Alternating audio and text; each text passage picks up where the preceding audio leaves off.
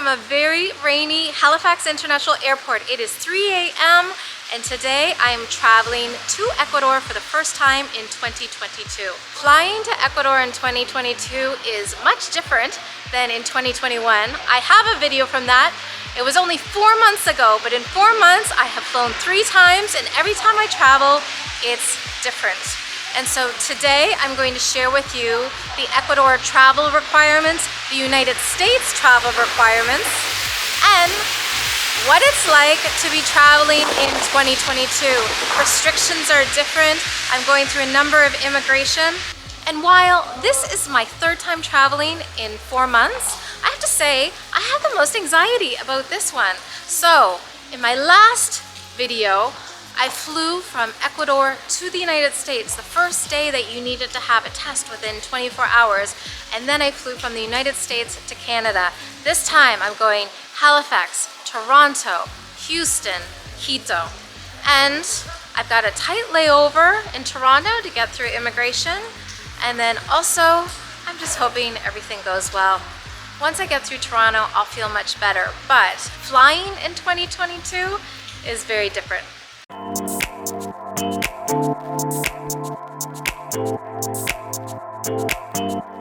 It is 3:45 a.m. and that means nothing is open.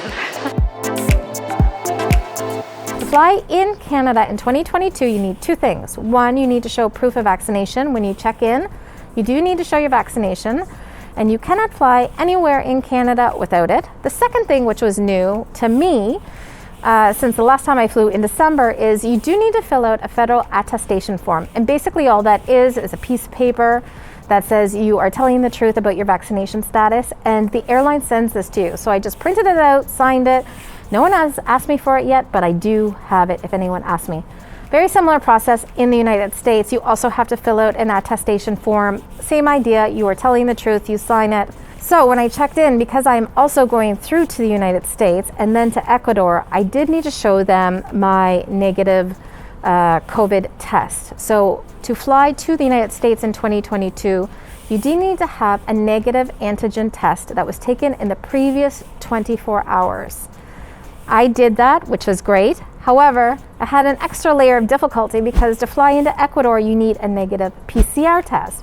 Now that needs to be taken in the previous 72 hours. Instead of getting 2 tests, I got 1. I took it yesterday. It was a PCR test that they gave me the results last night at midnight, or 4 hours ago. And it qualifies for both flying to the United States as well as flying to Ecuador.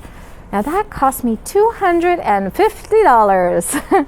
But if you remember, just 1 month ago, I was in Ecuador, had someone come to my hotel room, administer the same day PCR test, and it cost me 70 Canadian dollars. So very different. But this is the cost of traveling right now, and I am happy to pay it for the privilege of travel. And I guess I'm helping out the local economy. All right, it is 4:30. We're boarding in 5 minutes, and that seems to be the only thing that's open right now.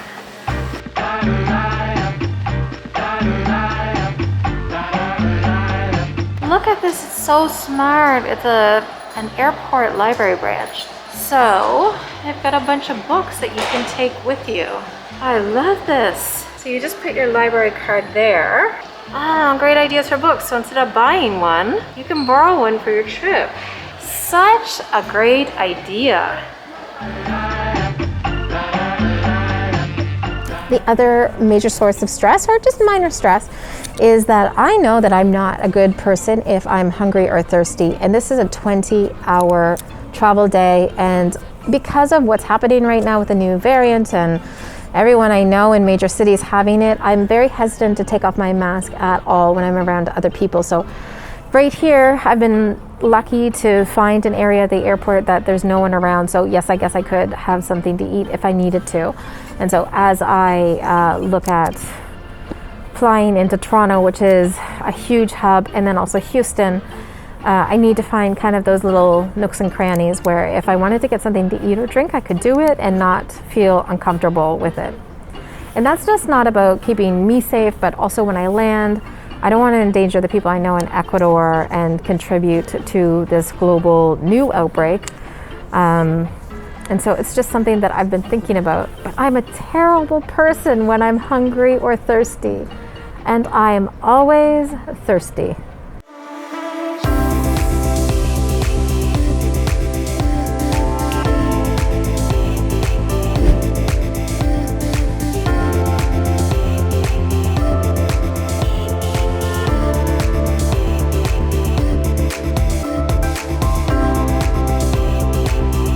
All right, just got notification on my United app that we are ready to board, but I quickly wanted to share with you the rules for flying to the United States in 2022. Number one, if you're not American, you must be vaccinated, show proof of vaccination. I did prove that in Halifax, it's been uploaded to the system. Number two, you need to have a negative COVID-19 viral test from the previous 24 hours, not one day, 24 hours. I had the PCR test, which is one level above, and it meets that requirement. Number three, in December, I had to fill out a CDC attestation form online with Delta. I'm assuming I'm going to have to fill this out on the plane with United, as I didn't get any kind of email that I needed to do this online. May have changed, I will let you know.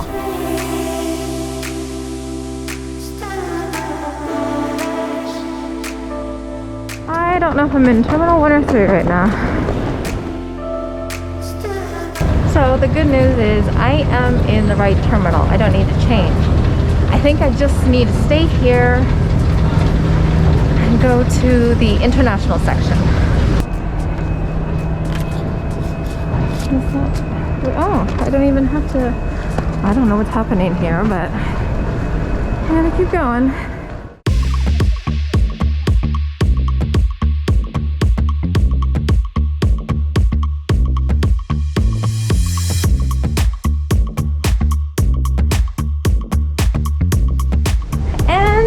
The last person on this flight. When they said they're leaving at 7:45, they meant it, but they told me not to rush. I was okay. Made it. This was the hardest leg, I think. I really wanted to get it right. I'm on my own again. To find some balance in my life, but I never really put up. Plane is moving. We don't know what's happening. Ladies and gentlemen, from the flight deck, unfortunately, our ground reset did not fix the problem. So we have a pneumatic air system that gives us oxygen as well as does the climate control for the aircraft. And one of them can be inoperative for the flight, but unfortunately not both of them. So we're going to be returning to gate here momentarily. We apologize for the inconvenience, and we should be underway shortly. We are going back to our gate. And hopefully I can still get on a plane because my COVID test is only good for 24 hours. So we are back at Toronto Pearson, and we're all hovered around the gate because they're going to tell us what is happening. Now, on the plane, there were some problems with the cooling or something. It wasn't working. They're having maintenance look at it. But honestly, if this is a plane that we shouldn't be on, I don't want to be on it. So I'm glad that they're canceling it. And I think they're working toward putting us all on different flights. I see there's a flight later today that goes to Houston that would get us there in time so I could take the Quito flight. However, I had a plan to go get my booster shot because I had a 7-hour layover in Houston. So I had enough time to go out to a pharmacy, get the booster, come back. But Ecuador is also offering booster shots to everyone, so I can do one there. And really, I think flying in 2022, you have to be flexible. I am on my own, I've got time, I don't have to be with someone, I'm not traveling with kids, and so I'm just going to take it as I come and not stress. However, they did announce something over there and I didn't hear it, so now I gotta go check it out.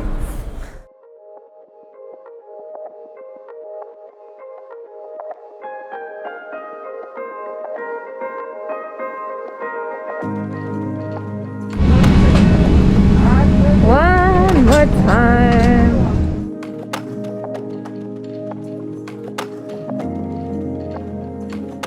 All right, So it looks like I'm actually getting on a plane. I don't know how long I waited in line to get rebooked. It didn't make sense because they could have just put us on the next flight. My biggest frustration was that if they had just canceled our flight, I could have just booked the next flight on my own, but they wouldn't cancel it. It keeps getting delayed, and so it still actually says it's delayed. It's not officially canceled. Comparing flying with Delta in this crazy time versus United is like night and day, and I'm not going to forget that the next time I have to book.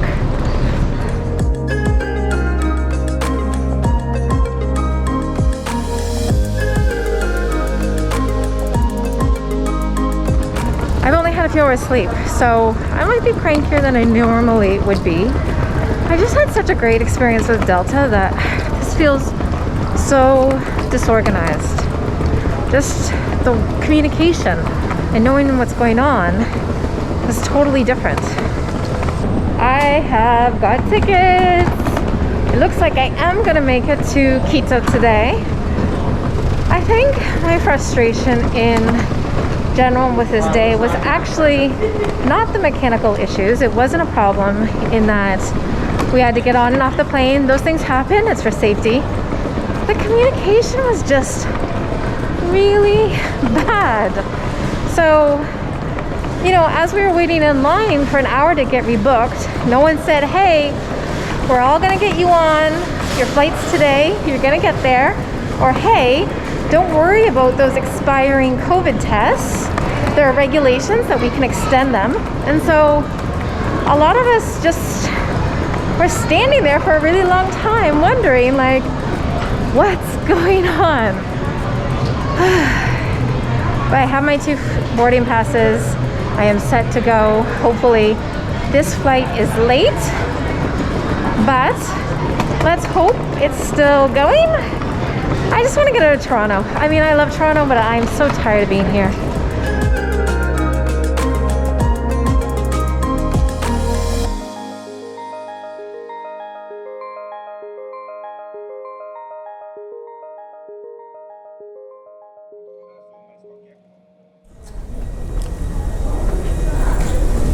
All right, and so it continues. We landed half an hour late, and the Quito flight is now boarding.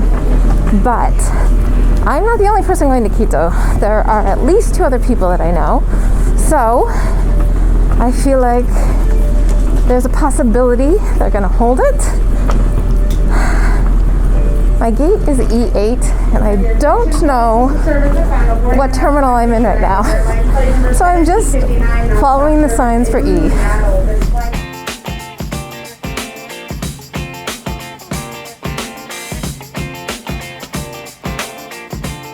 All right, so I'm rushing for the next train to go to E, but I wanted to quickly go over the regulations if you're flying to Ecuador in 2022, what you need to have. So you need to have proof of double vaccination of one of the accepted vaccines.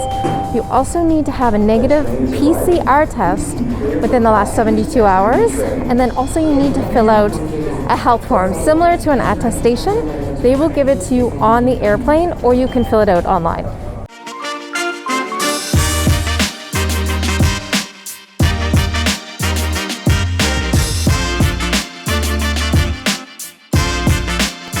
I think I'm gonna make it. It's gonna be tight, but I am in the right terminal, which is a good place to start.